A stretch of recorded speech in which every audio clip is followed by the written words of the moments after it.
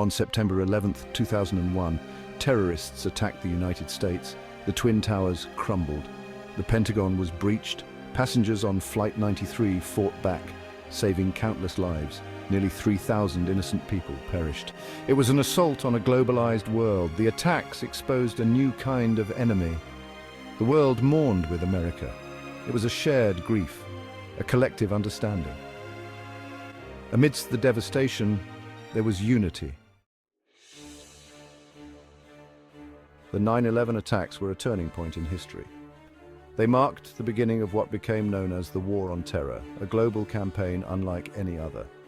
This was not a conventional war with defined battlefields and clearly identifiable enemies. It was a war against an ideology, a complex and elusive network of extremist groups operating across borders.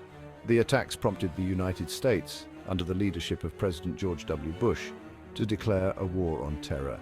The Bush administration identified Osama bin Laden and his al-Qaeda network as the perpetrators of the 9/11 attacks.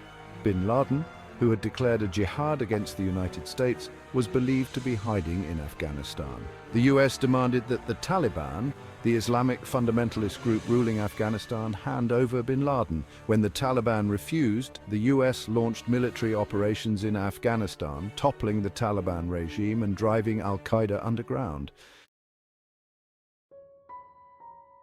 The war on terror had far-reaching consequences, reshaping global alliances and international relations.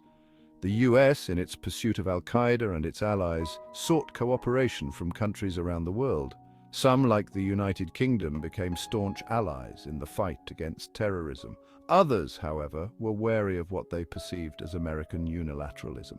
The invasion of Iraq in 2003, justified by the Bush administration as part of the broader war on terror, further strained international relations. The invasion, which was based on the claim that Iraq possessed weapons of mass destruction, or WMDs, proved to be highly controversial. No WMDs were ever found in Iraq. The war on terror also led to a shift in global power dynamics. The US, already the world's sole superpower, further expanded its military presence around the world. This fueled anti-American sentiment in some quarters, providing fodder for extremist groups seeking to recruit new members. Security gets real.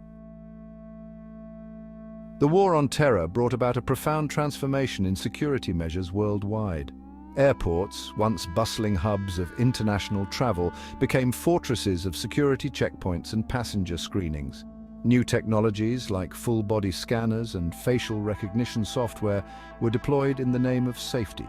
Governments around the world enacted sweeping anti-terrorism legislation, expanding surveillance powers and curtailing civil liberties in the name of national security.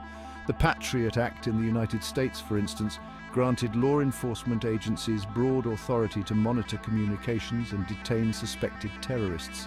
The war on terror also led to the creation of new security institutions, such as the Department of Homeland Security in the United States.